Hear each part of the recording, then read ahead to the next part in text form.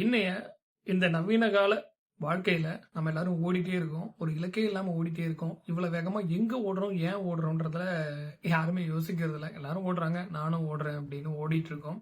யாருமே இங்க ஒரு அமைதியா, ஒரு நிம்மதியா இல்ல.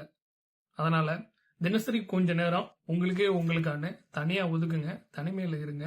அந்த தனியா இருக்கிற நேரம் உங்களை நல்லா யோசிக்க வைக்கும், சிந்திக்க வைக்கும். இப்ப நம்ம கொஞ்ச நேரம் கூட மொபைல் இல்லாம இருக்கிறது இல்ல. அப்படி மொபைலை கண்டினியூஸா யூஸ் பண்ணும்போது நமக்காக கொஞ்சம் யோசிக்கிறோமா, சிந்திக்கிறோமான்னு கேட்டீங்கன்னா கிடையாது.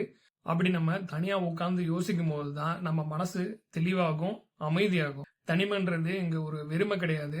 நமக்கான டைமை கொடுக்கறது, நமக்காக நம்ம யோசிச்சு பாத்துக்கிறது. ஓகேவா? எல்லா நேரமும் மத்தவங்களுக்காக வேலை செஞ்சுட்டு இருப்போம். கம்பெனி போனா மத்தவங்க கமெண்ட்ஸ், ஆர்டர்ஸ், வீட்டுல பர்சனல் லைஃப்ல ஒய்ஃப், ஃப்ரெண்ட்ஸ், ஃபேமிலி எல்லாத்தோட கமெண்ட்ஸுக்கும் ஒரு ரோபோட் மாதிரி நம்ம நடந்துட்டே இருக்கோம். கொஞ்ச நேரம் தனியா உட்காந்து நமக்கான டைமை ஸ்பெண்ட் பண்ணி பாருங்க.